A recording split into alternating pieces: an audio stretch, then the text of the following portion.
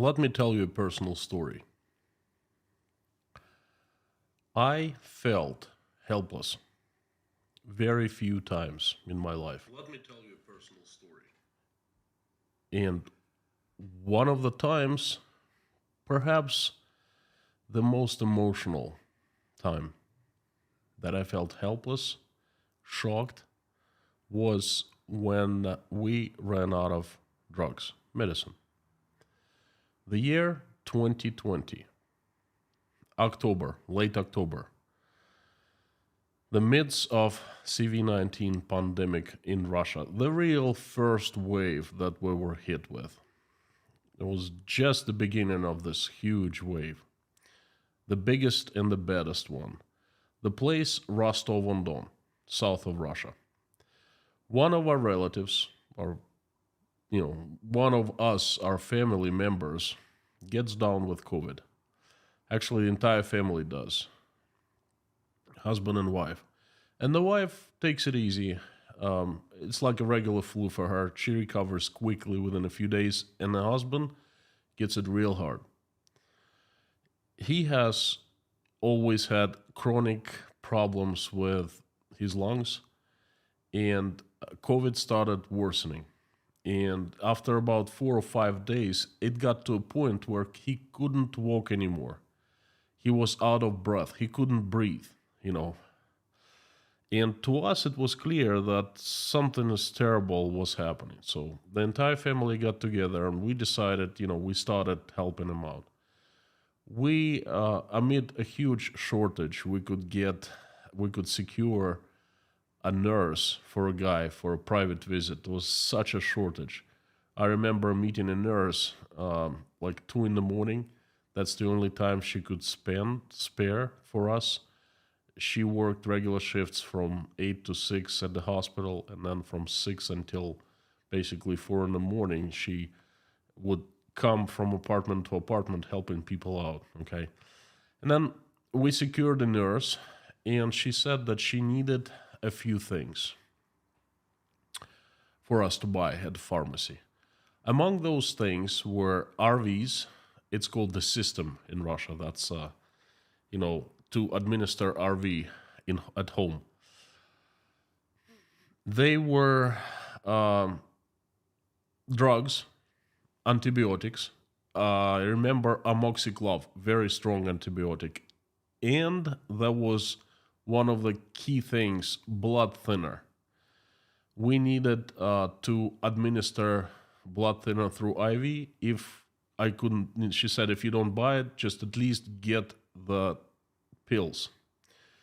And I still remember how it was called, Xarelto.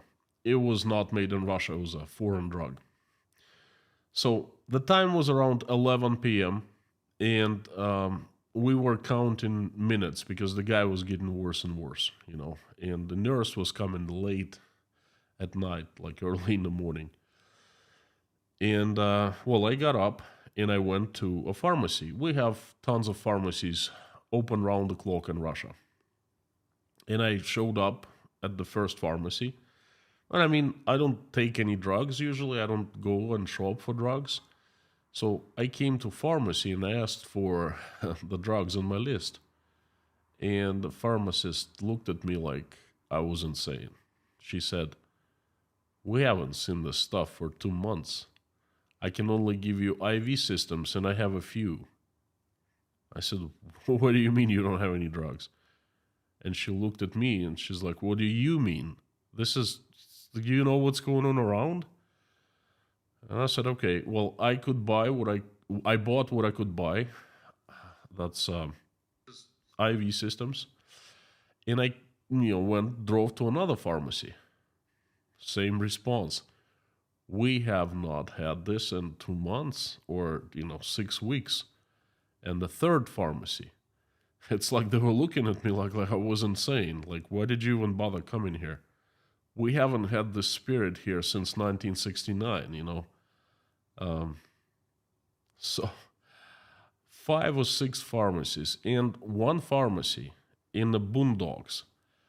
I was able to get some antibiotic, not amoxicillin, and she said that she had some blood thinners, but not Xarelto, but other brand, generic. They didn't work well. She warned me, and then the drug was expired, so I bought it. Okay,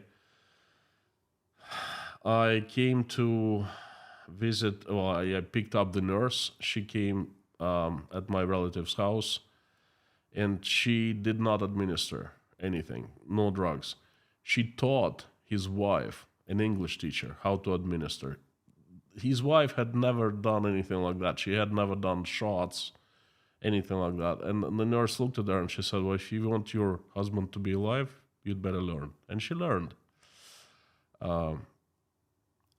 After that, for a couple days, I was looking for drugs for myself, for my family, for other members, for anyone who needs, because I kind of knew that we all would get COVID sooner or later.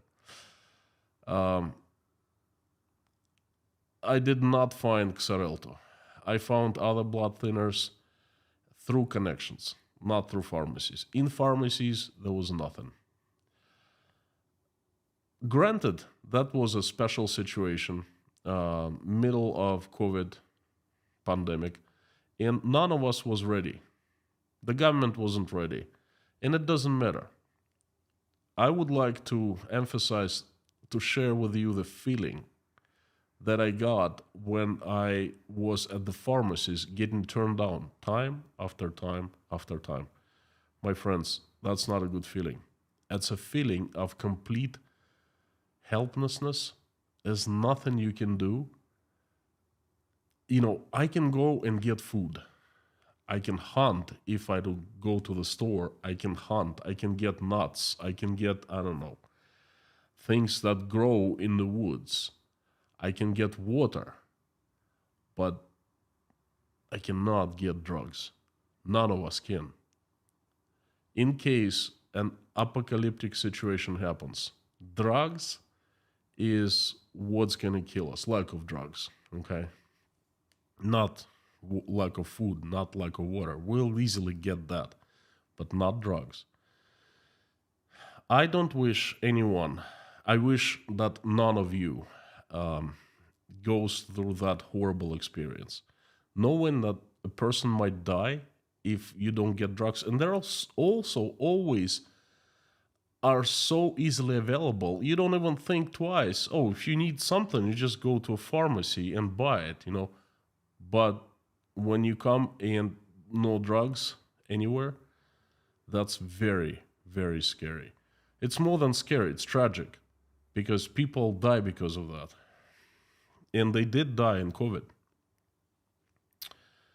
Terrible, terrible feeling of helplessness. I was shocked, shaken, and, I got down with COVID 1 week later. The guy infected me.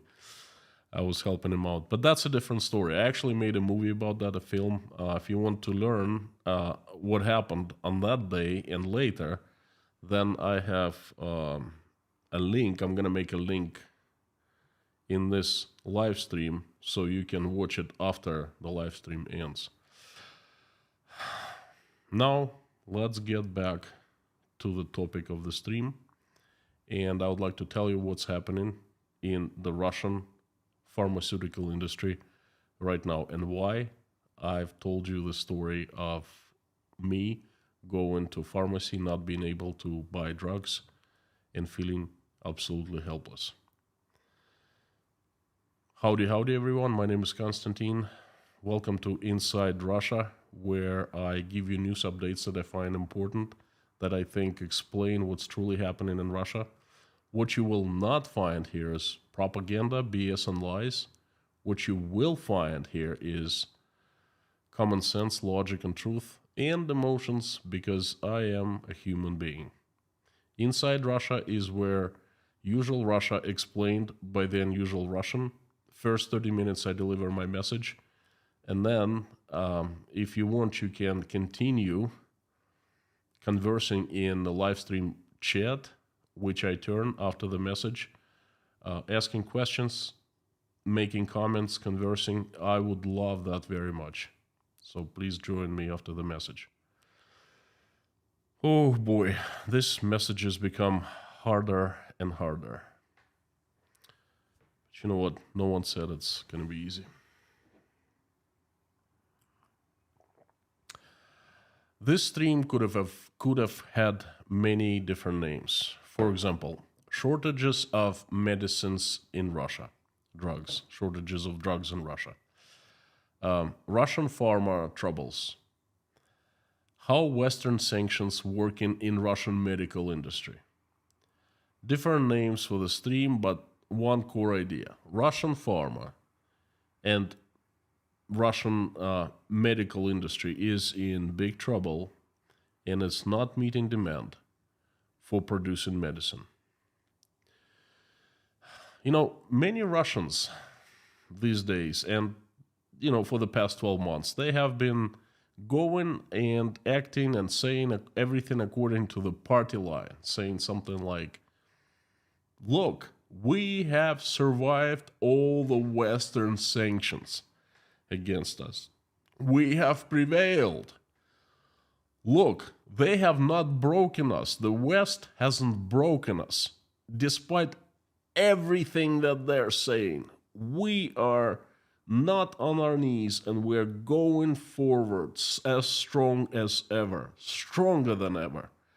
Look at our stores. There's plenty of everything. There's plenty of food. There's no shortages. You can buy iPhones, you can buy electronics, you can buy food. Everything is peachy and hunky-dory. But wait, what they're saying is simply not representative of real situation inside Russia. The first signs of real trouble appeared in Russia at the end of 2022, last year, just a couple months ago, not long ago. And they have been worsening. The first real signs for me are not the sanctions, not oil and gas import disasters, well, Russian export disasters, not Western companies pulling out of Russia, not swift exclusions of Russian banks. Those are things that just I named a few. They've been invisibly laying the foundation for troubles that are up ahead. And people, the Russian people, bloggers, regular folks, they judge the state and economy by how well the food stores are stocked, how much of a food is available there. If they're saying that there's plenty of food and there are no lines, they say, well, everything is great. The only people who understood and still understood right from the very start where this whole thing was going were economists, and unfortunately, I'm also an economist, and you who watch Inside Russia regularly, because I always explain the situation in details and in simple, easy to understand language. So, I personally saw the first real signs of troubles. They are the lack of certain drugs, medicines. Let me give you an analogy. I hope that's simple enough. Titanic hits the iceberg. Momentarily, there's a huge noise, awful screeching and a jolt that everyone senses and, hears the screeching. It lasts a few seconds, and people get scared, some people start screaming, everyone gets outside, and what do they see? They see a huge iceberg and the ship getting past iceberg. A few seconds and the iceberg passed, and Titanic keeps on going forward. Everyone starts clapping, laughing, and screaming out of joy, saying, whoa, hooray, we made it, tragedy hasn't happened. But the damage was just done. That screeching, that jolt lasted for, let's say, 10 seconds, 12 seconds, 25 seconds, not a long time. But the damage was being done right then. The iceberg is passed and the ship is forward, but the damage is done. You know, water started pouring and flooding the compartments in the inside of the ship. And for about 20 minutes, after that collision, people don't see anything. They don't feel anything. Life is normal, business as usual, 20 minutes. 20 minutes, they're just, going according to their lives. You know what the first signs of the trouble on Titanic were? Aside from sudden loss of speed? Well, obviously engines were shut down. A little angle appeared. The body of the ship angled down just a tiny little bit, unnoticeable to the naked eye. But if you had a steel ball on the table, when the ship was normal and the angle was right, the ball wasn't moving. But all of a sudden, just a tiny change, and the ball started rolling because the table was angled along with the ship. And that was it. As long as the ball started rolling, that was it for Titanic. As soon as it started rolling, everything that was to follow became crystal clear to anyone with a little bit of common sense and logic. Now, what's happening in Russia is the steel ball starts rolling. It started rolling last December. There are 3 signs for me of this movement of the ball that started rolling. First is huge budget deficit that appeared in January, and in February it's going to be as large. But we already talked about that in different streams. And shortages of certain drugs, medicines. Nothing major so far, and the shortages are not like complete lack. Some can be bought for higher prices, some can be bought at different regions, but there are shortages. The ball starts rolling just a little bit. Invisible to a naked eye angle appears, but the ball is rolling right now.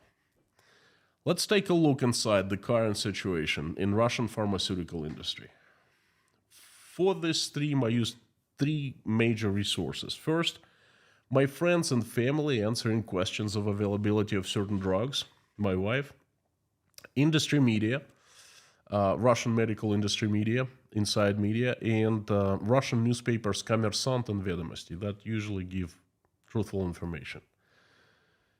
During the year of war and sanctions, only some Western pharmaceutical companies, usually giants, decided to significantly limit their work on the Russian market. In many cases, the drugs that the Russians, lost due to the big pharmaceuticals leaving, they had the alternatives. Alternatives are not as good, but still. Now let's talk about problems. There are 4 major problems in Russia right now. First problem is drug shortage. Simply, many drugs are not available. Second is lack of materials and equipment and spare parts for equipment, foreign-made equipment. And the third is Western companies do not renew their licenses for drugs, and they're not doing clinical trials. And the fourth, price change. Now let's start with the first one. There are regular reports appearing everywhere in Russia that it is impossible to buy some drugs in Russia. In fact, it's difficult to say whether they were more news before the war or after the war. okay? Because before the war, there were some situations like that too, but usually they happened not because the companies stopped selling drugs in Russia completely, but because companies were late in getting licenses, renewing licenses, because the body of the government who does the license renewing, it's quite corrupt. Read between the lines. So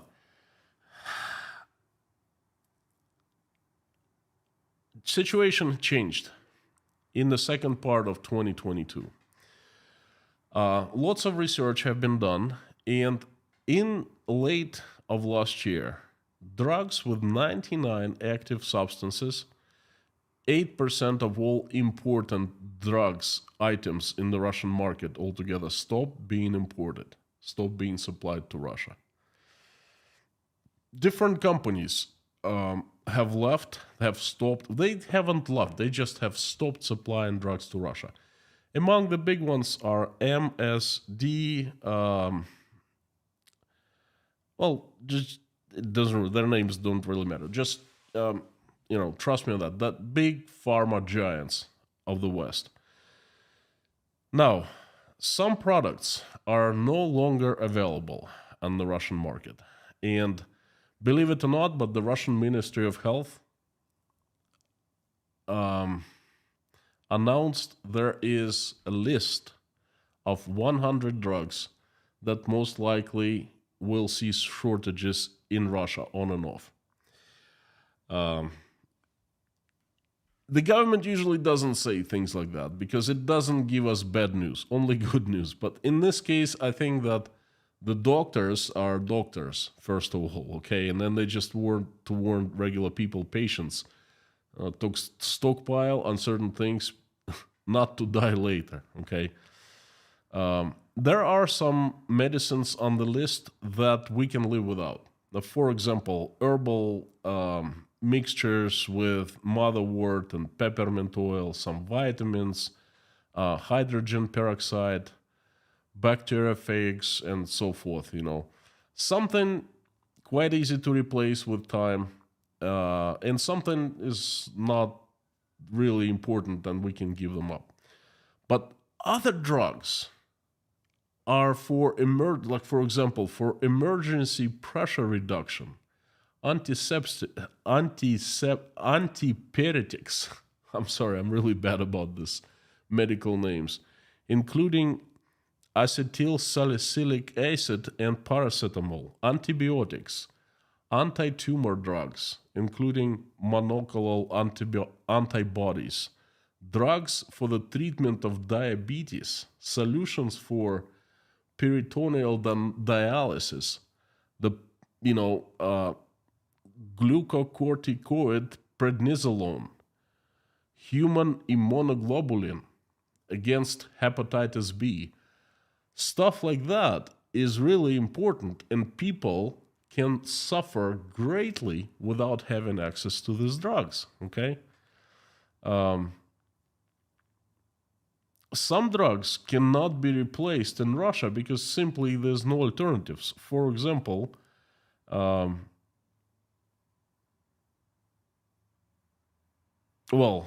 let me give you some of the drugs that you cannot find from that list in Russia, and you'll be amazed.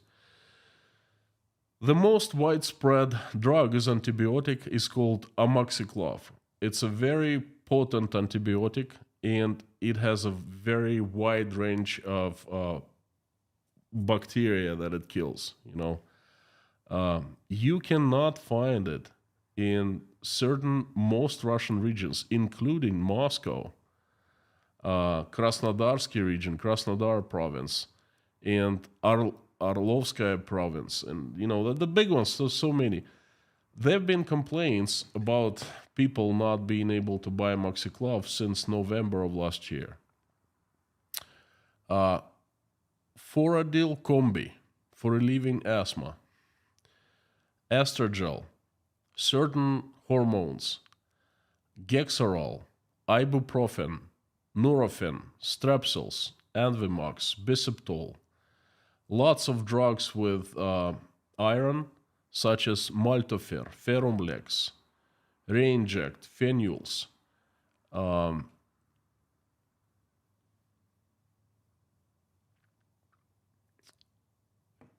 you got to understand that usually the situation is better in two large cities, Moscow and St. Petersburg. And you can find the drugs easier there than in the provinces. Okay, but there have been some news that even in Moscow, they have shortages, drugs like amoxiclav. So 99 substances, 100 drugs. That's official from the Ministry of Medicine of Russian Federation.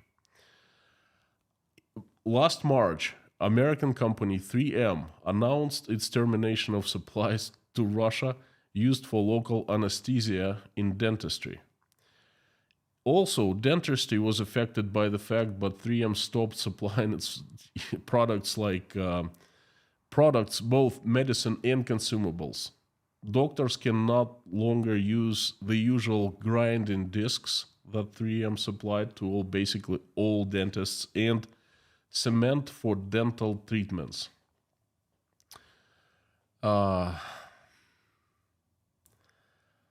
Natasha is taking some medicine, and she confirmed that she had hard time finding the original medicine made outside of Russia.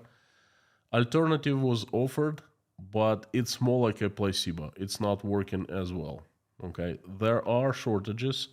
Information coming from the Ministry of Health of Russian Federation, from my friends in Rostov, from my family in Rostov, who confirmed they have hard time finding some medicine, and from my wife.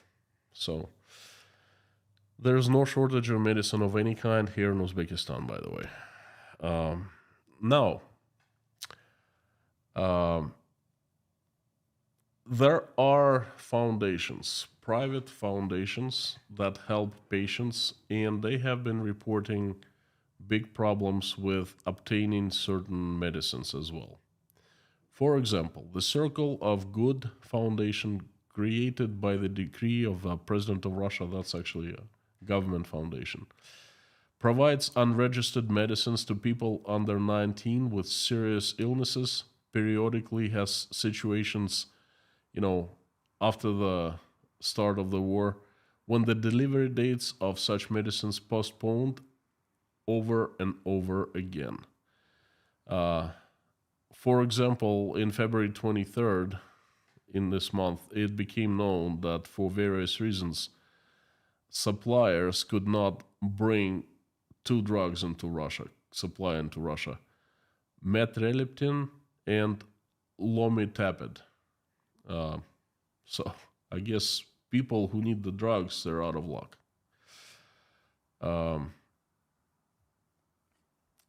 Like I said, there are a few problems, and the first problem is lack of medicines that are supplied to Russia for various reasons. Companies leaving Russia and companies logistics increase greatly, and length of logistics deliveries is increased also greatly. The second problem is many companies have not only left, and they have not left, but they keep supplying drugs still, but they simply not renewing their licenses. They have suspended clinical trials in the country. You see, to get a license for a medicine in Russia, you need to go through a certain process, multiple step process. And one of the processes is you have to go through a clinical trial. And, there's no way around it. You have to prove that your medicine is actually safe for people to use. The share of permits used for research on new foreign drugs has fallen from 40 to 16% in 2022. And even in cases where permissions have been obtained, research has not been started or has been suspended. Meanwhile, clinical trials are often, always needed for registration of the new drugs in Russia. Always. And they also needed to re-register the drug because you get a license for a number of years, and after time is up, you have to. It's like a credit card, It expires. You need to get a new one, and bank may require update of the information from you. Same thing with getting licenses.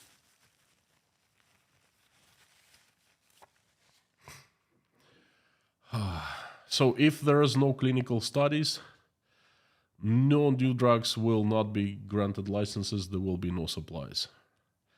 Russians are bombing in this case. Problems exist not only with drugs. It's become much more difficult to buy and repair medical equipment, as well as to purchase consumables, different reagents, chemicals, and other materials that are necessary to provide medical care. There's a foundation called the Gift of Life Foundation. It reports that it's currently not possible to clean the transplants that are used during bone marrow transplantation, since there are no necessarily chemicals and consumables that are bought from abroad. They're not manufactured in Russia. So cleaning, according to the doctors, is limited. Okay. So it really halts the procedures. And this is just a single case, but there are cases and numerous. I apologize.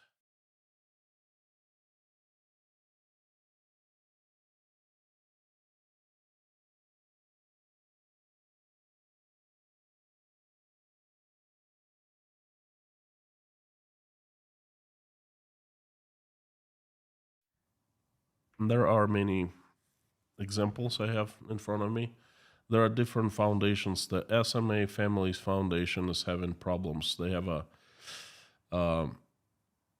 program called House with a Lighthouse. They say it's not possible to buy usual equipment, consumables in a regular way, so they have to invent new ways how to go around. For example, they cannot ship consumables, chemicals from Italy, but they have to ship them from Italy directly to Russia. They have to ship from Italy to Australia, and then from Australia through other countries to Russia, okay? Because companies simply refuse to ship them to Russia.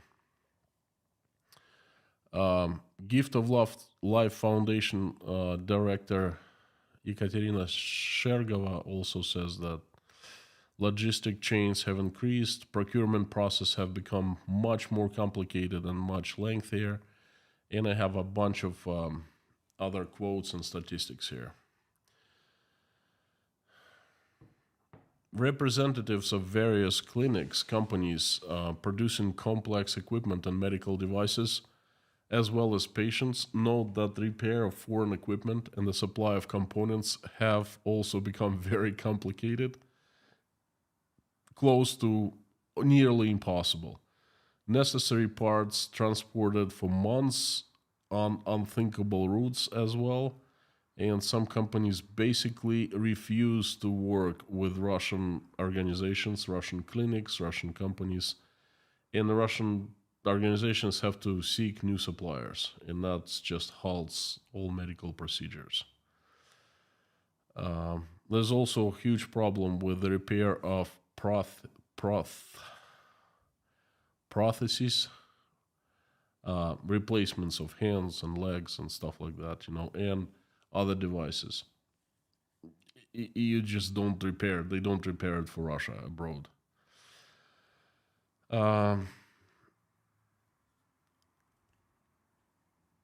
Is Russian government helping the situation? Yes, it is. Ministry of Health, Ministry of, it's in Russian, it's not Ministry of Medicine, but it's actually called Ministry of Health. They recognize the problem. They realize it exists. They realize, I think that they realize the magnitude of this problem. And they try to rectify. I'm not sure how well succeed they succeed. I don't think they're not very effective, because what they're doing is they are giving subsidized loans to Russian manufacturers. They give financial aid to new companies trying to develop, some equipment and drugs, and they eliminate some bureaucratic procedures to bring new drugs to Russia. For example, they shorten this procedure, multi-step procedure of granting licenses for certain drugs that are extremely needed. Okay, but I don't think that situation can be improved very quickly. I think it's not gonna take years, but it's gonna take decades to develop own drugs, own technologies, own equipment. You see, Russia is unlike the USSR. It has been depending on foreign manufacturers, foreign suppliers for the past 30 years. Unlike the USSR was more or less self dependent. It produced everything it needed. All Soviet facilities, production facilities were working. The research facilities actually worked, and Russian medicine was not too. Soviet medicine was not too bad. It was decent, of fairly high quality. Unlike Russian medicine, it turns out that you see, Russians never knew that Russian medicine relied on foreign uh, drugs, foreign companies, foreign manufacturers, equipment so much. And it turns out, just like in anywhere else, Russia hasn't produced much itself. Okay? And what to do? Now it's unclear. Well, I said there are four problems, and they're drug shortages, which I covered, materials and supplies shortages, I covered, lack of clinical trials. It's not like Russian government doesn't allow for clinical trials, but the companies, Western companies, just don't want to go that way. And the fourth problem is price increase. There are two types of drugs, medicines in Russia. First, um, there are two groups. First group is regulated by the government. The price is regulated by the government. They're necessary for life drugs, like insulin, things like that. And the second group is unregulated. So the regulated one, on average, has gone up by 5%, which is for regulated group is quite a big deal. And unregulated, on average, by 18%, the prices have gone up. That's on average. For some drugs, the price increase was much higher, and for some lower. But on average, 18%. That's pretty big, I should say. All foreign uh, drugs have gone up in prices greatly.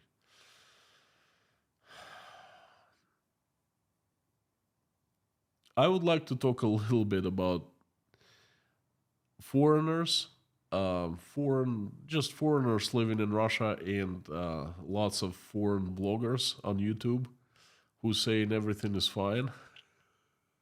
You know, I was thinking, researching information for today's stream, I was thinking, what are these guys and girls gonna do if they get sick? If they show up uh, to a pharmacy and, well, for example, they don't have amoxiclav to buy, what are they gonna do? I bet the first thing is they're gonna go and buy a ticket, jump on the nearest flight to their country, the USA, Canada, Germany, France, Australia, and go back there, and they will receive decent medical care in their countries. Okay, so that's just funny. I wouldn't really listen to them. Listen to Russian bloggers because they're stuck in Russia at least. They're talking about medicine, but they have no alternatives. If they get sick, they go and get treatment, they go and get drugs in Russia. So at least I think they give you more honest information. Overall, these problems, four major problems, they do exist in Russian pharmaceutical industry, in Russian health. Ministry of Health admits them. Ministry of Health has been trying to address them by implementing certain programs to improve the situation. But you know what? You can't improve it. You just can't. Okay. It's like trying to build a Titanic overnight when you haven't even built one single boat once in your life. That's the same kind of a challenge. Prices are growing, and there's no way around it. Western companies live in Russia, or they stay in Russia, but they sabotage, they just don't sell, don't supply drugs. Or the companies just simply do not go into clinical trials and renew their licenses, and they cannot legally sell their drugs and medicines and materials without renewed licenses. This is what's happening. In my mind, continuing the parallel with Titanic, with that screeching noise and jolt, it for us in Russia, if we compare it to Titanic, it just stopped, seconds ago. This screeching noise, this impact was happening for the last 12 months. Okay, when Russia started war with Ukraine, 24th of February of last year, and it has just stopped. The initial impact has just stopped. All these packages of the sanctions have been, enacted by the European countries, European Union, by the United States. They've placed so many sanctions. They've done so much damage. They simply cannot even go further much, just bits and pieces. So I think it's safe to say that the damage has been done. And the water has just started pouring in. We have not even taken like 1/10 of the water into our ship that we're gonna take. But we're already experiencing the problems with drugs and medicine in general. And this is the very first signs that our ship is angled and starts angling more and more because, the stuff is important. The next few years in Russia will be, unfortunately, eventful and tragic. And people will be dying due to lack of required drugs, medicine, chemicals, equipment. This is a tragedy, and we have done it to ourselves. This has been my message. Thank you so much for giving me a chance. I would like you to continue participating in the live stream chat, which I'm about to turn. Please let me know what you think of my message. If you have questions, I would be glad to answer them. Before I turn on the comments, I would like to ask you a few favors. First is please help me spread my message by making reposts in your social media accounts. Second, if you found what I've just said valuable and interesting, please consider hitting the like button and subscribing to the channel so you won't miss any further updates. And please join my Telegram channel called Inside Konstantin's Russia. The link to it will be in the description below the live stream when it ends. This is an easy way to stay in touch, so please join the Telegram channel. And I am turning on the live stream chat.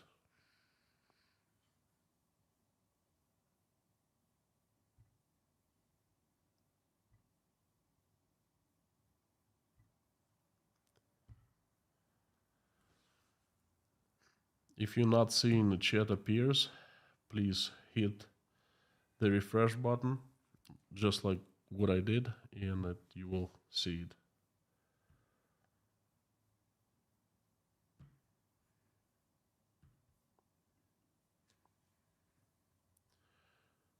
Just give me a couple seconds. I usually do fine tuning. After delivering a message, I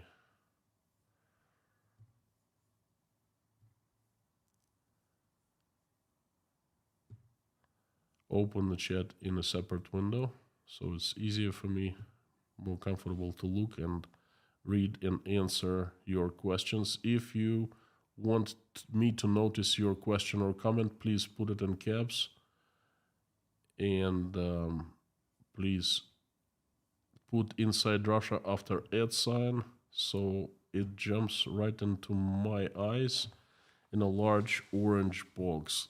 Thank you so very much. It's quite a few people today, over 3,000. That's fantastic. My wonderful mods, thank you for coming. Mommy, Bob S., Lorna, Blackhead, Amir, and Harry Potman. Howdy, howdy. The usual suspects, thank you so much as well. Great, always pleasure to see you. I actually do the streams for you. Tupolusto, first question. Hello from Finland. I heard that some companies are stopped from leaving Russia by some Russian law. That is true. Like some food companies.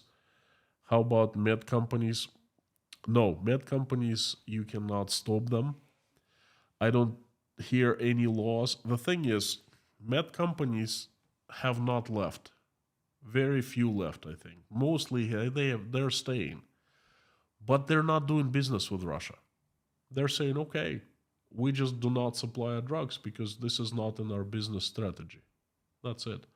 Or, okay, we're producing and supplying this drug, but please forgive us. We're not doing trials. Why? Well, because, this is our business strategy, or this is a business decision. We don't feel like we're going to pass the trials. There's nothing you can do to these companies because of that, What they did, what you're saying applies to banks. They have forbidden Western banks to leave Russia. For example, Rosbank, Societe Generale is obliged to stay. In Russia, it's called Rosbank. Raiffeisen Bank is obliged to stay. Citibank is obliged to stay. They cannot leave Russia, but not the medical companies. So I hope I answered your question. Jason Carney, thank you so very much for another huge support. Thank you for coming back and supporting. I really appreciate your help. Thank you for me and Natasha from the bottom of our hearts. We have a new sponsor, Lena P. from Portugal, if I'm correct. And Jason, thank you so much for giving 10 sponsorships to 10 people. Thank you. We have 10 new sponsors, courtesy of Jason. Thank you so very much.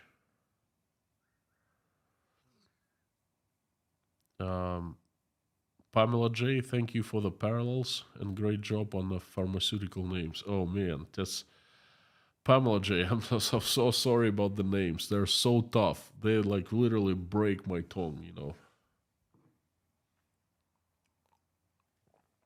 Koshkin Dom. And from Sweden, Simon Stenberg. Keep up your good work. I listen every day. Thank you so much. Money is very appreciated. The message is priceless.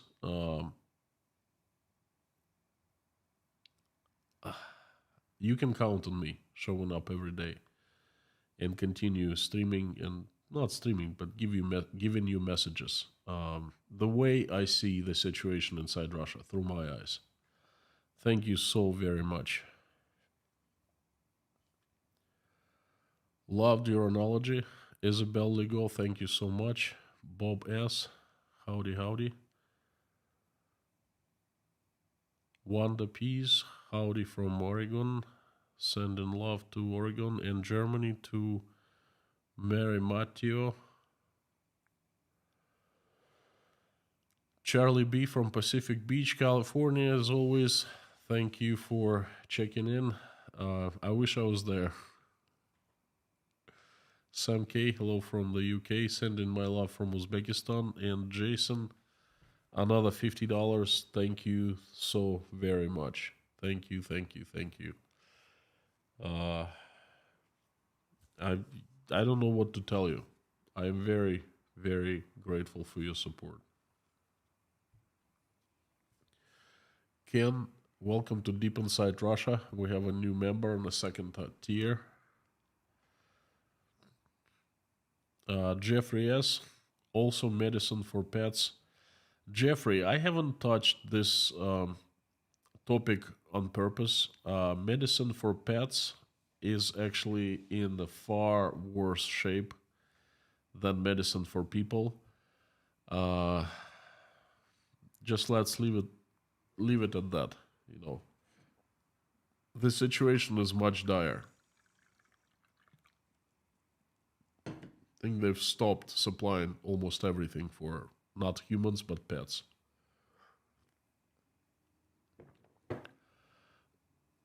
Gloucester or Gloucester, UK. Greg Lewis, howdy howdy. Jamie Dantelis, thanks for message from Adelaide, Australia. Wow, that's far away. Adelaide, Australia is, I know where it's on the map. Very exotic destination for us. I wish I visit one of those days. You know, we have a couple people here from Adelaide, and you know, I've seen pictures. Pretty cool place. Thank you so much for coming here, and thanks for your support. Wanda, is insulin for diabetics one of the drugs unavailable? Shortages. And it's really serious because you know what insulin is all about, right? There are shortages. You can buy it, but you have to really look for it. I don't know what to say. 100 Steve B, thank you so much. Very sad message. Yes, it is. Yes, it is. But you know what? Russians gonna start waking up. There's a lot of bravado in the air in Russia. Has been for the past 12 months saying, "Oh, they haven't broken us. They haven't done anything to us. We're going stronger than ever. We're up on our feet from our knees, you know, and so forth." Wait until you run out of drugs, basic drugs. What are you gonna do then? That definitely is going to be an eye opener for a lot of people. Is that I started my stream from the personal story. Trust me, when you go to pharmacy, you cannot buy a drug. This is in someone's not feeling well. Even if, for example, like ibuprofen for kids, if I go to and Michael, God forbid, is sick, you know, sometimes he gets sick and he's in pain. I want to get him some painkiller for kids and I don't have it. That's not a good feeling. But what if someone needs insulin? What if someone needs antibiotics real bad? What someone needs like this life-threatening disease and they need something exotic and they don't have it? I would be tearing my hair from my head. You know what I mean? It's just terrible. CS not having access to medicine is scary and should be exempt from sanctions. I wouldn't be here today if I didn't have EpiPen last October. EpiPen is something like is sold. I forgot. I heard the name. It's like everywhere in every gas station and stuff like that. It's like first help device or something like that, right? Karin Vasseur, welcome to Inside Russia. Thank you for joining. We keep on praying for you and for your niece.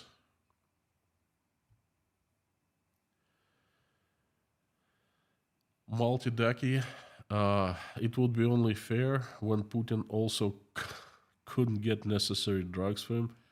Well, it's not gonna happen. You know it's not happening. He's Let's not even go there. This is not fair. Okay, it would be fair, but it's not fair. It's not going to be fair for Putin. There'll always be any kinds of drugs available.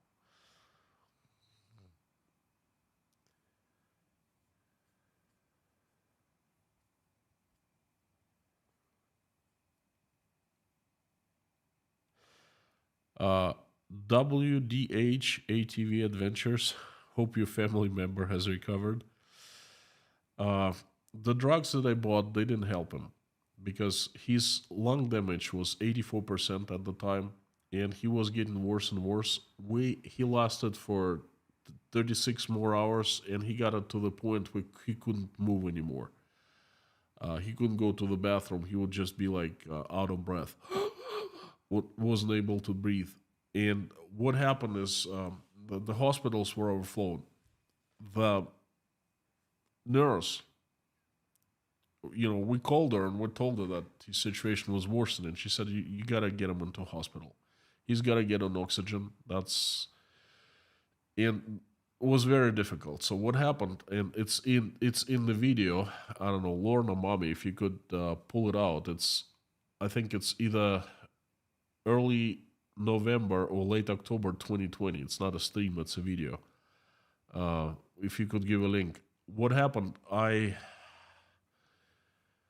talked to my wife. I talked to everyone. It's like a family meeting, and they said, if like you're the only person who can get into the hospital in our family, you're the go-getter. Okay, so when my wife asked me to do that, and I was scared,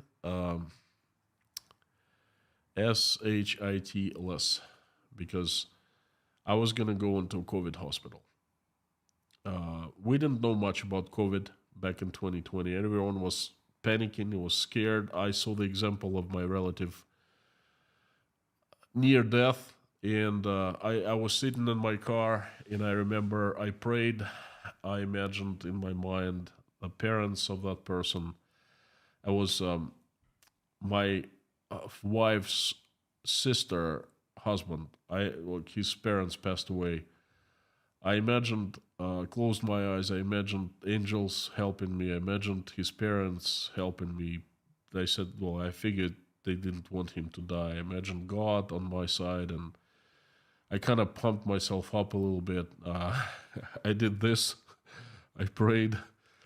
I went to a local store. I got a mask, supposed to be like a right mask, like ND95 or something like that. The best I could find. And I drove to the hospital. His wife drove him to the hospital, but they were not admitting people, look, who would just walk in. You had to come by ambulance, and the ambulance wait. They warned us on the phone. They said, you know what, you'd better go and break into the hospital somehow, because the wait is average wait for ambulance in Rostov back in October 2020, 7 days. You call, say, hey, I can't breathe, whatever. They show up 7 days later. Many people died. The doctors were actually abused, getting beaten so bad because the relatives, people died while they were waiting for ambulances, but the doctors couldn't do anything because they were so backed up. So I went to the hospital. I put my mask on. I went into the room where you administer patients, and I saw an incredible sight. I wish I could film there, but no, it was not a good place to film. There were, I think, almost a dozen of ambulances and people dying inside. I walked inside of the COVID hospital, like fenced off, and this. Oh my gosh! And first thing I saw, a lady sitting and she couldn't breathe. She collapsed right in front of me, and her son was a Chechnyan. He was running around and screaming, and the doctors came, and they tried to revive her, and then she died. She passed away. She couldn't breathe. She stopped breathing, basically. And then there was a doctor came out, and he was an astronaut in white clothing, mask, filters here, like he was ready to go on a spacewalk. And he said, "What do you want?" I said, "Listen, my relative is dying. He's right there. Is he in ambulance?" I'm like, "No." "Well, we can't do anything." I said, "Well, please." And I started dealing and wheeling, and then he said, okay, did he check his lungs? I said, yes, 84% damage. He can't breathe. He's in the car. Said, all right, give me the paperwork. And he asked me for a few things I don't dare to talk about, here in public. And I delivered everything. And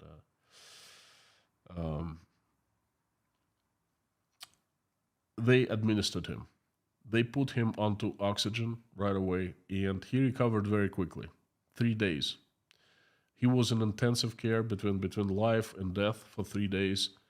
And then he started getting better. They moved him to a regular room.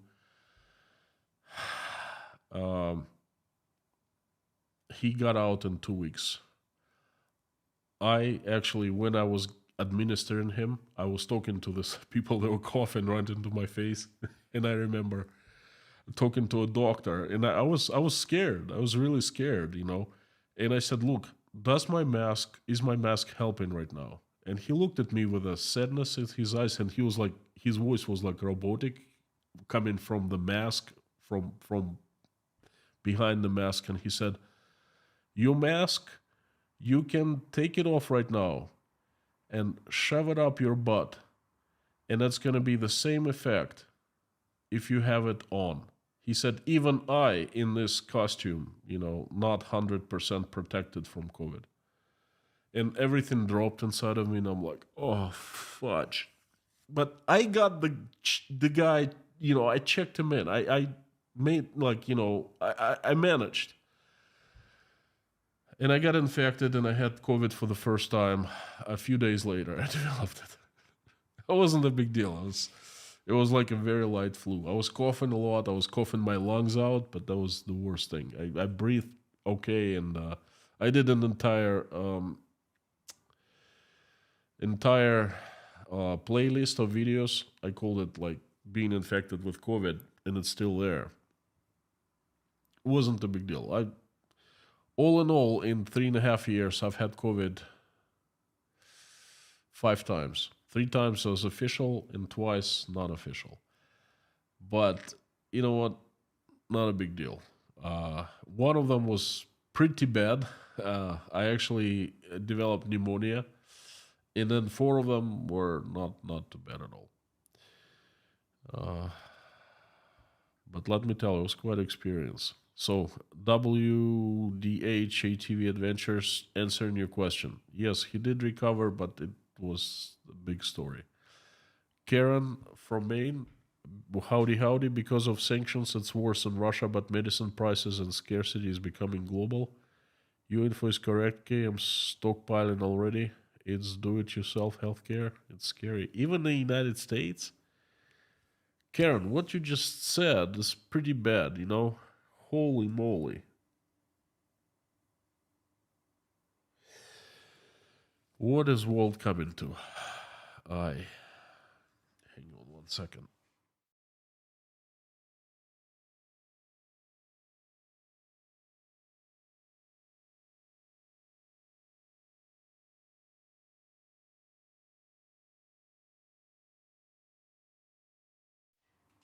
It's disappointing. Tom W., your goals are absolutely fine. Albuquerque, USA, Bob Brennan, howdy, Bob. You're all usual suspects. Angie Metcat, just a reminder, medicine goes in an IV, not RV. Okay, sorry. Best thing anyone can do is get healthy, eat right, and exercise. You are absolutely right.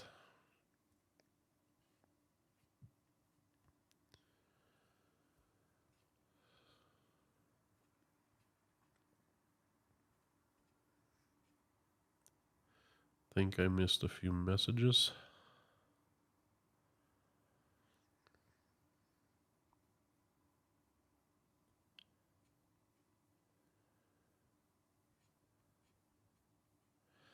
Graham Wilson, another good message today. Thank you so much, Graham. Have some tea on me, and all the best and much love and good health to you and all your family from England to UK. Thank you so much, Graham. Thank you. I appreciate it.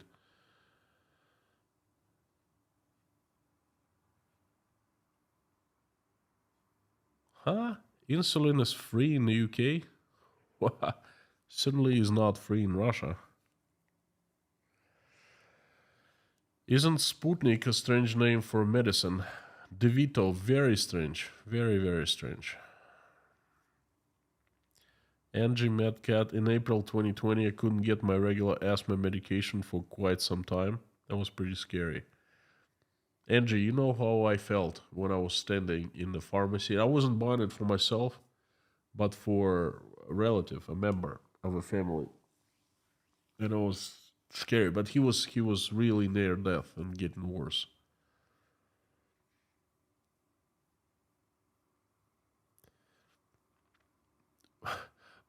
Mark Bramlett, world was not prepared for major pandemic. Is vaccine available? It's available, and 99% of people who got vaccinated in Russia by Russian vaccine, they later got infected with COVID. 99%, literally, like everyone except for a very couple people. Carano, prescriptions are free in Scotland. Wow. You getting COVID test over this? Over what? Oh, mommy, that's not to me.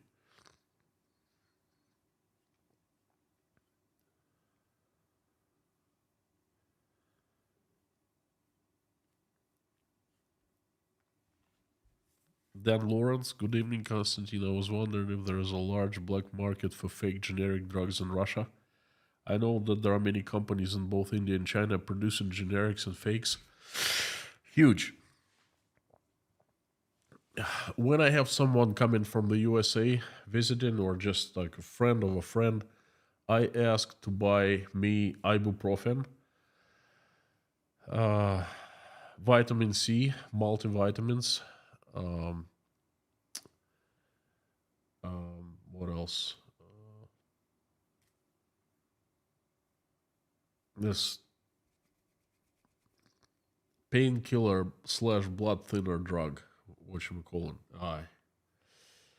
Anyway, like very basic drugs over the counter, because what available in Russia is a gimbal. You can buy a real thing or you can buy a generic, like a knockoff, placebo. There's a huge, huge market for placebos, and they do come from India. I think they also make them in Russia. Um, Michael, we were visiting Turkey. We were on vacation. Michael got sick, and you know, I went to medicine. The doctor prescribed a few things. I went to a pharmacy to get some drugs, and the drugs were top notch because in Turkey there's a very strict punishment for selling fake drugs, up to like capital punishment. In Russia, there's no punishment at all. You can do and you can sell all kinds of drugs. You will get a fine, very small fine. Okay, so there's nothing prevents people from not like black market. You go and buy things. Hang on.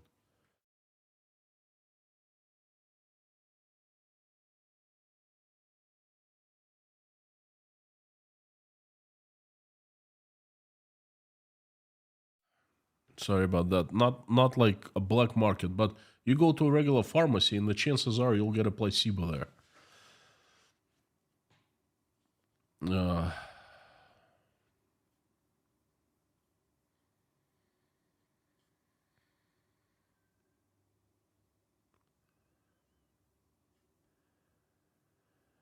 Welsh Toro, great episode. Thank you so much. Give a shout out to an excellent recent economist video, Putin's Hidden War. I'll check it out. Thank you. I value Economist very much. Does great stuff. Good materials. Russian citizens are also the tragic victims of Putin war. I think so, and I think, well, you see, what's happening in Ukraine is tragedy because people are getting killed, and you can't bring people back. There's nothing can be done. Country is getting destroyed, but like I said, if we put like people who got killed like out of the parentheses, Ukraine will shine after. it's gonna come out so much stronger, so much more united, so much more rigid, so much more right. Uh, and then on the contrary, Russia is fallen into an abyss, and Russians are definitely the victims of Putin's war and Putin's regime. There's no question about it.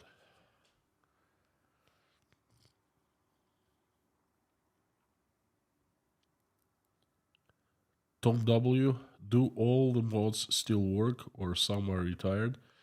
Well, Julie F retired, Robert Bates retired. Uh,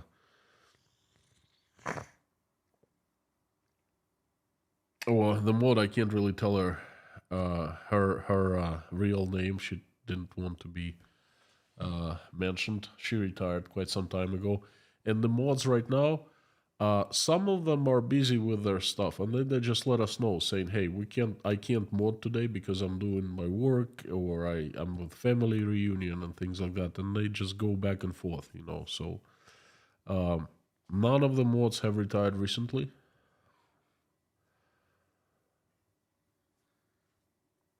Jeffrey, yes, I can be at 3M headquarters in 30 minutes, Minnesota company. Do you want I have a talk with them, boss? No, please don't, Jeffrey. Uh, I know you make great jokes and make great advices and, you know, make great talks, but I don't take your dating advice. You know, and I'm not sure about how well 3M talk will go to. Brenton Hart, thank you so much from Newfoundland, Canada. Thank you, Brenton. Thank you so much for your support. Much needed and very appreciated these days.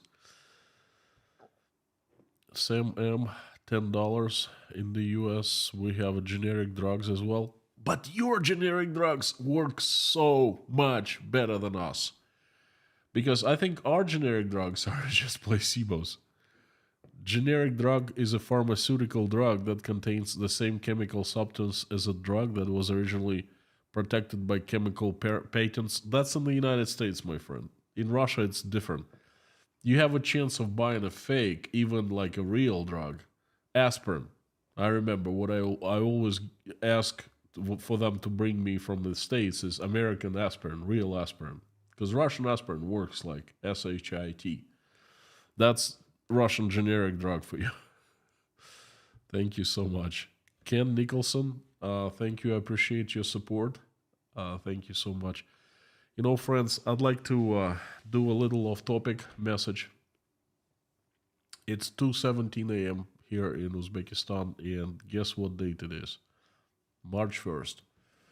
In Russia and in the post-USSR area,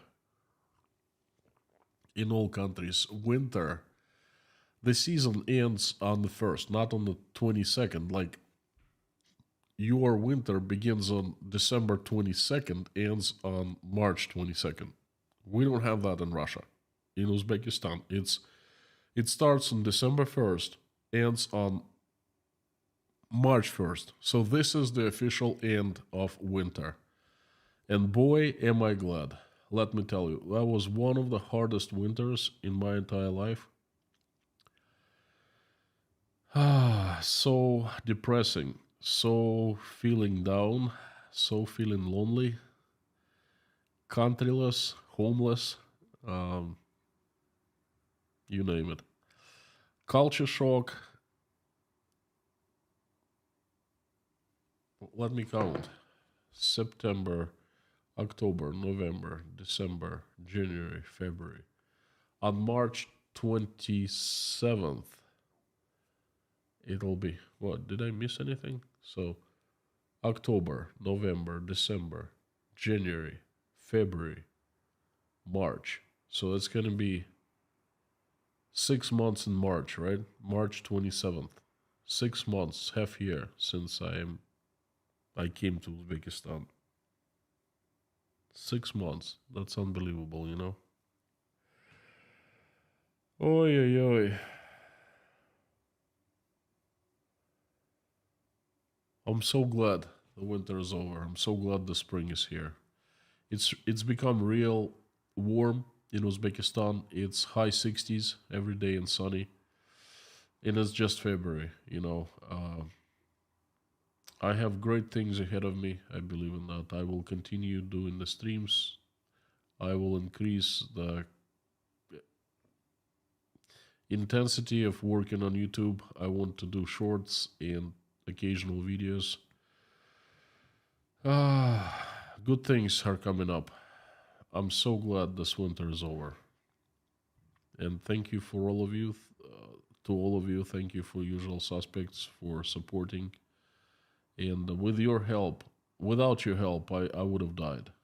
Okay, you provided such a great help. Thank you so very much.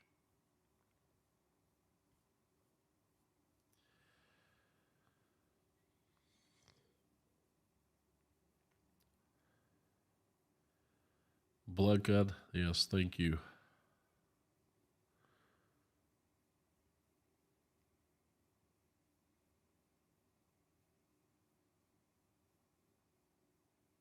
They said hour and a half wait. I said when I have to get home inside Russia and on.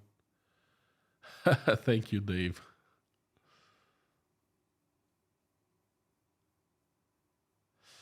Lisa Kumrian, it's actually a very deep thought. I'm gonna copy this. Thank you. And deep and said, and I totally understand what you said. Unfortunately, many are adjusting to a world without Russia as if it died. Oy, oy, oy. I know. And you know what? Not too many Russians understand that. Many Russians are so nearsighted, unfortunately. They can't apprehend what's happening outside of their world, outside of Russia. They don't understand what has happened is not gonna go disappear, not gonna get to normal very fast once the war is over. Russian politicians fuel that. They throw things like, you know, like you have a campfire and it starts going down, then you have pieces of wood and you start throwing more and more. And they're doing just that. They keep on throwing information like, oh, this company is gonna come back as soon as it's over. Of course, all they care is making a buck, you know, they care about profits. And I'm thinking, oh my gosh, who are you trying to fool? Well, I guess you're fooling who you're trying to fool, you know, but this is a tragedy. That's not gonna go back to normal.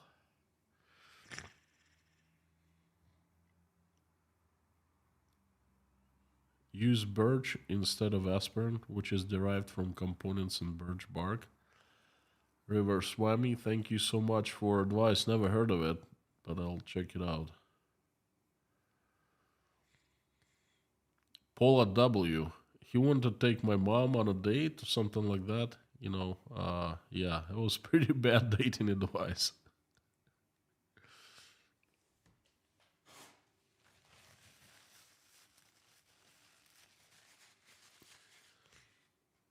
He was saying something like, if I married your mom, you'd be my son and, you know, stepson or yes, crazy stuff. So, Jeffrey S. is great, but just don't take his dating advice.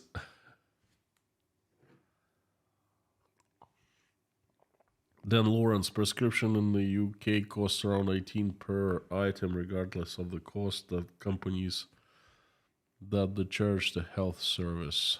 Okay, point taken. Thank you.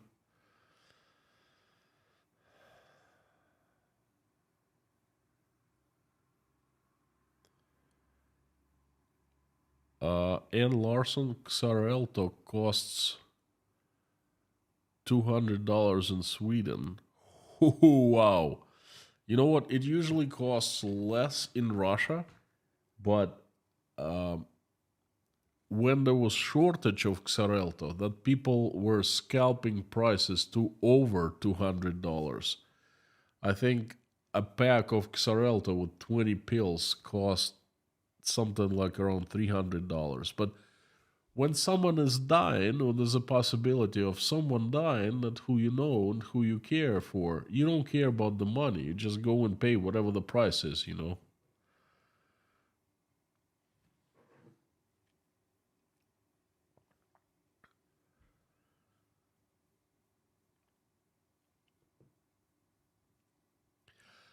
Then, Lawrence, in the UK, we have a national health system. If you prescribe drugs from doctor, the cost is 9.35 per item. That's about regardless of the company's price. Well, then, I tell you what, it's just not for nothing. Your country is called Great Britain. Great Britain. They don't call it great for nothing. You know what I mean?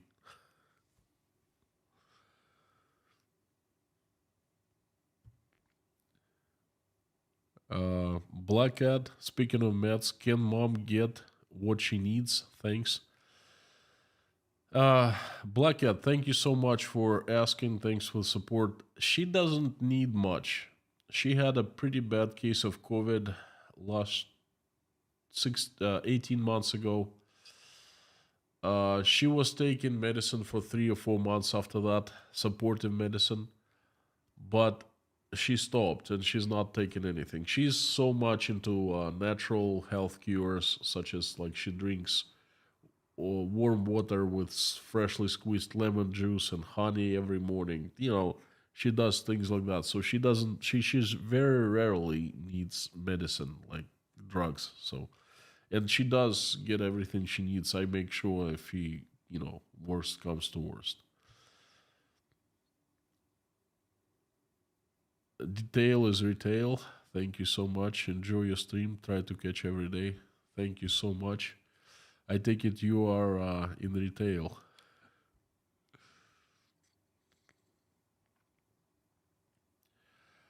California Mountain Girl. What about China and India? Have the medications needed in the US are made there. I have problems all the time. I have MS and can only take certain brands. I have started using in natural. Um,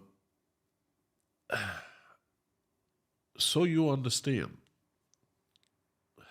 Let me give you a very basic, simple example. If I go to a store, any major food store, large one, food supermarket in Russia, and I buy Twinings tea, I come back home, and the quality of that Twinings tea will be very low.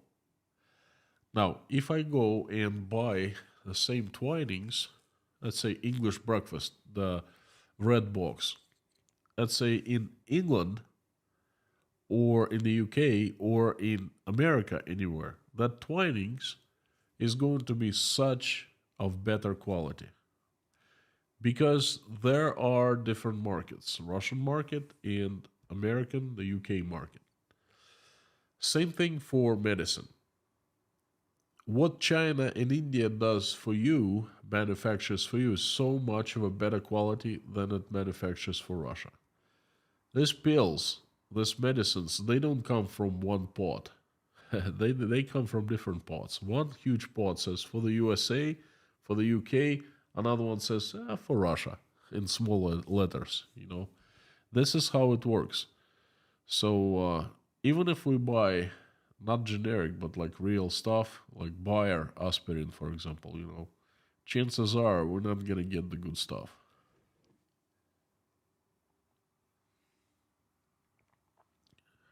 James Rhodes, American healthcare system has saved my life and has improved my life immensely.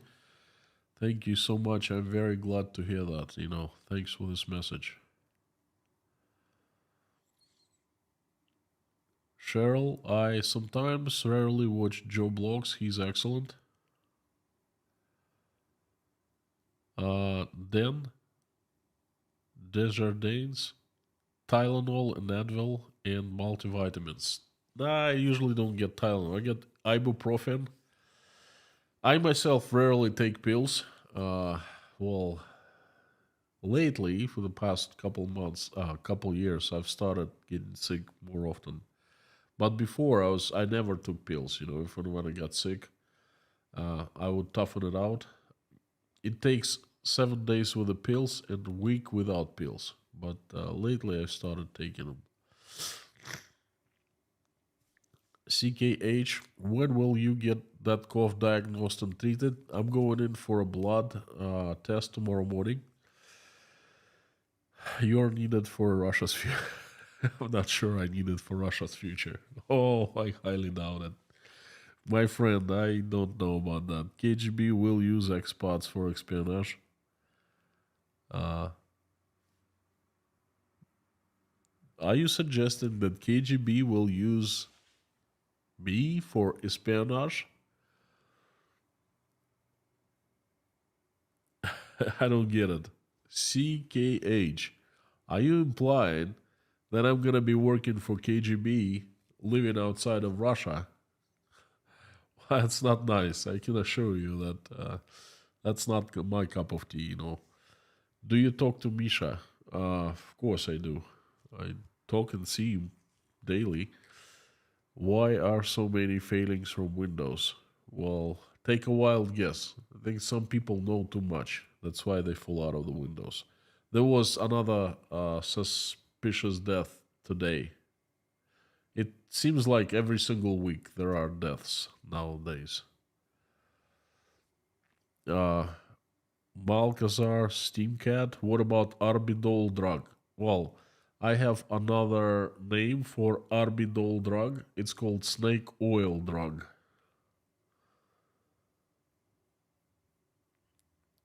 Pola W. Aspirin, blood thinner, pain relief.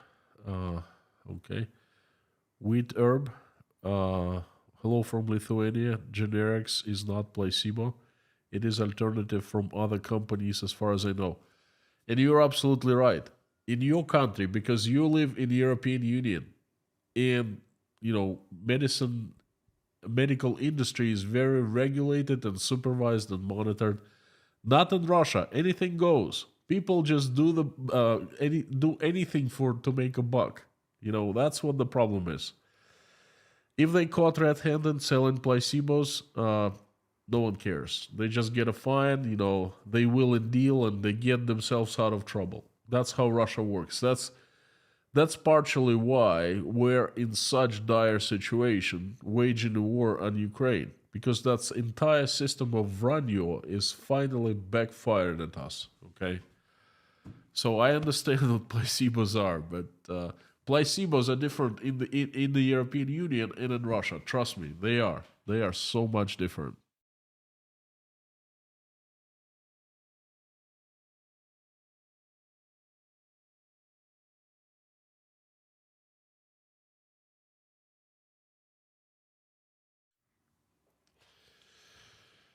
Oh, Robert Ferguson, thank you so much from Canada. I appreciate very much. Thank you for your support.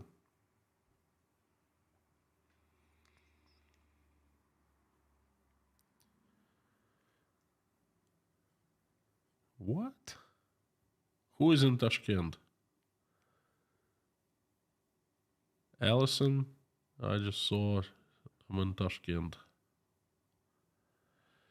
Well, Storo hosts the healthcare in Uzbekistan. Plenty of private clinics, but they're very cheap by Russian standards. A full blood test is gonna cost me like $15 or $20. Wait, I saw a post about I'm in Tashkent right now, something like that. I think that was from Alison Moyers.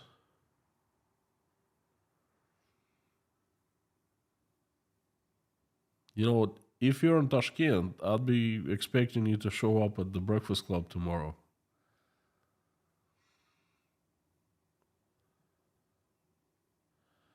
Angie Metcad, good luck to you in Belgium. Thank you so much. Looking forward to you coming back. Ann Larson, Xarelto is my lifesaver. I see. How is this possible? €29 per 10 pills in Finland and $200 in Sweden. Why this is such a huge difference.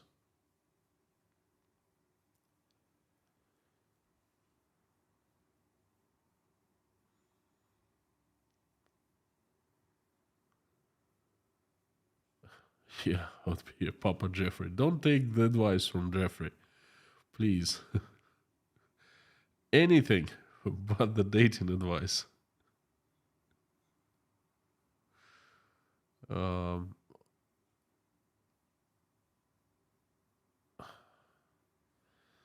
I'm sorry, I missed this message. This, I think, from Alison Moyer saying, I'm in Tashkent right now, or something like that. Was this?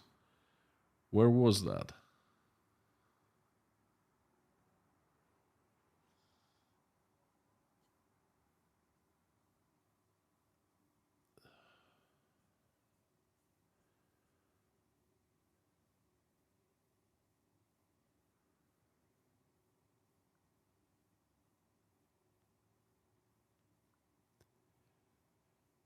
Dan Lawrence, if you are on a pension or low income, can you buy drugs at discounted price? Dan, no, you cannot. That's a signal to you from the Russian government. Hey, you gotta go, you know.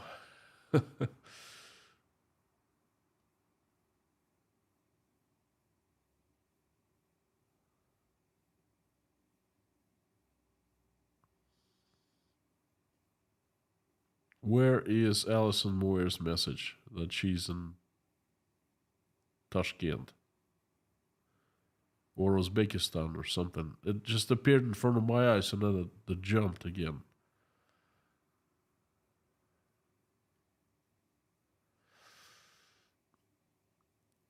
Anyway, could you please post that message again?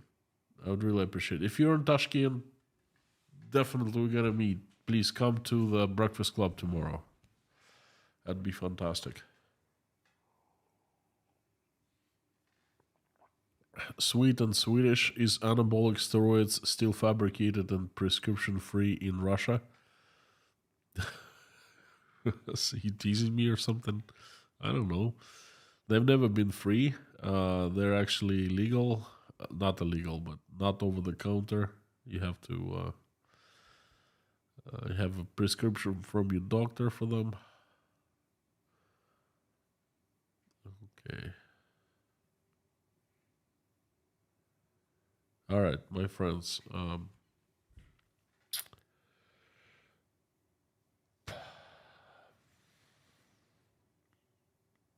Let's wrap up the stream with a prayer as usual. Thank you so much. Please join me. Um, hang on.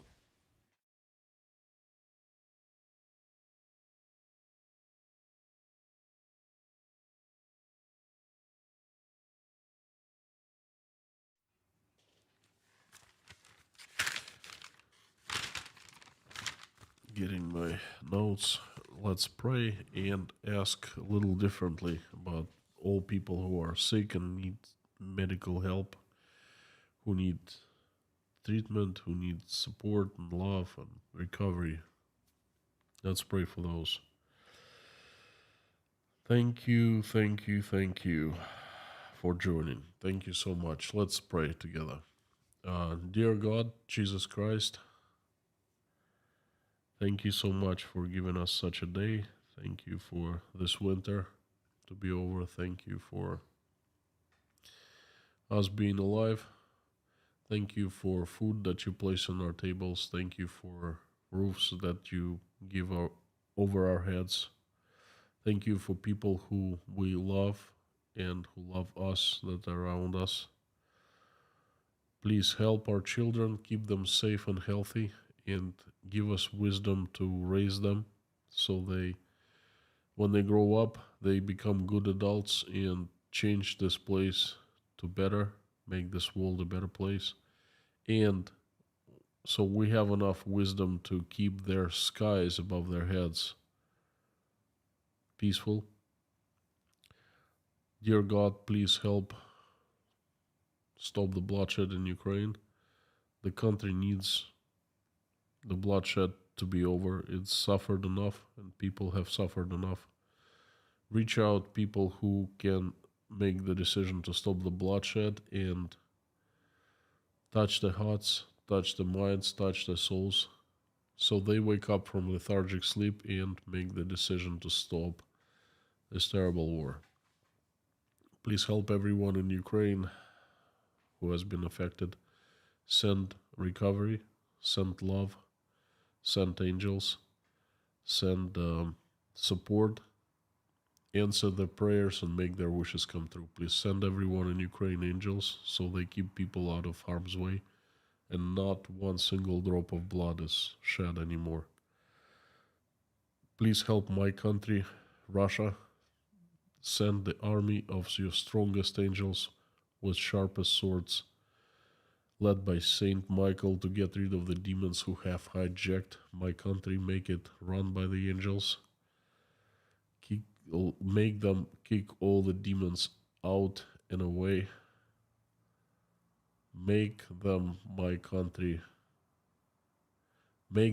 my country right, peaceful, and good.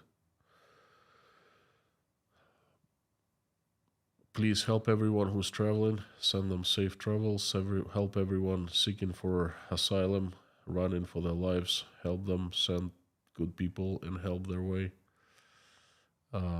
Dear God, please help people who need medical help, who are in dire straits, who are having troubles with their health, who are sick, suffering, in pain. Please send good people their way, send doctors, send medicine, send everything they need to receive, and send everything that will help them recover, will help them get back to normal, will help them feel good again. If they're struggling financially with getting needed assistance and medicine, please help them in that too. Please help all the sick, again, all homeless, all the hungry, the ones who are struggling with their faith. Surround them with your love and send them angels so they feel good again. So many people either don't have access to modern, good, effective medicine, or they have access but they suffer due to lack of financial resources. So please, everyone in that situation as well, please send us all peaceful skies above our heads, because that, along with our children being healthy and safe, the most important things in our lives.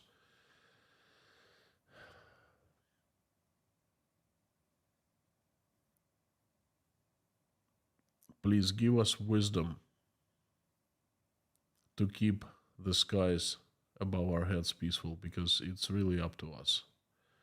But please guide us, send us wisdom, send us enough love, compassion, mercy, empathy to each other, so we never fight one another, we never have any wars, and then our skies are always peaceful above our heads.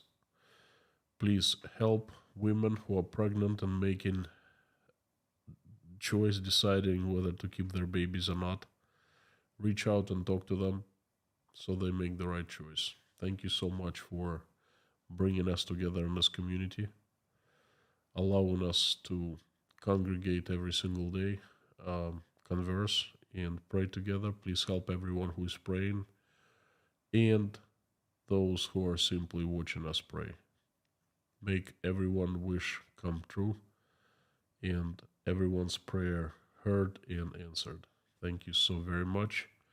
I would like to mention a few people who need your help very much. They are Wayne, Shirley, Debbie, Jen Allen, Finola, Lars Henrik, and Lars Henrik's mother, the Highwayman, Amanda Rydnor, Essie from the Scottish Isles, Outlander and family, Choris and family, David Porter, his wife and daughter, and all people in Chernovtsi, Lars, Susan Marshall, Beulah, Lazarus, Boss Simon, Alvin, Alvin's sister, Teresa D., Marsha Tucker, Garcia Castellanos, Terry Carter, Joe McMahon, Betta Spencer, Diana, and family, Bree's friend, Caroline, Joel, Terry, Tucker, Leif, Karen Vasseur, Albina Fell, Michael Yukon, Pamela J., Yelena, Natasha, Jake, Michael, Oля, Dasha, Sky, Bonnie, Galina, Igor, Karen from Maine, Janine, Michael Milkovitz, Marlene, Paul Binz, Richard, Mallory M., Dirk Misler, James Rhodes, Terry, Lars Henrik, Hannah and Children, Richard Burris, Angelic at Life, and Scan Family's grandson, Grace, Barb, Randolph, Nelly, Arkady, Yuri, and everyone from Mykolaiv, Ukraine, Harry's family, Verlinda's niece, Ian James, Doug, Rafaela From, Anna, Priscilla, Michelin, King Nero, Gaby Hyman, Donald, Deborah, Lisa's son, Jade, Kaltenberg, Allison Dave Moers, Maureen M., Mr. Hanson, Heidi, Bob, Tony, Kayleen, Rob, Umil, Jennifer, Matt, Ashley and family, Mr. Dean Spooner and his church called Our Savior Lutheran Church, Lisa Kumrian, Jacob, Adam Oliver, Amy, Treasure, Kyle's wife, Maggie, Carmen's sister, Vladislav and his father Sergey, Susie Myler, Gina, Wayfarer, MS paramedic Liz, Lori's Miles' husband, Sherry, Layla, Philip's mother, Maria Kolesnikova, Thomas Fall and his mom, and Ann Larson, her family, and her daughter. They need help very much. Also would like to ask for a few children, special children. They are Cadence, Maverick, Sebastian Coulter, Theo Madi, Ansley, and Karin Vasseur's niece. Please help them, give them recovery, send them your love, send them miracles, and help their families. Give them strength, please. Also would like to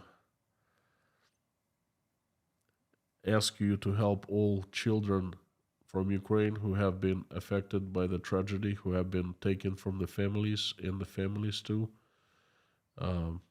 Give them strength, give them fairness, give them answer their prayers, make their wishes come true. And also please help all the children who have been affected in Russia. Thank you so very much. Our dear Lord Jesus Christ, amen.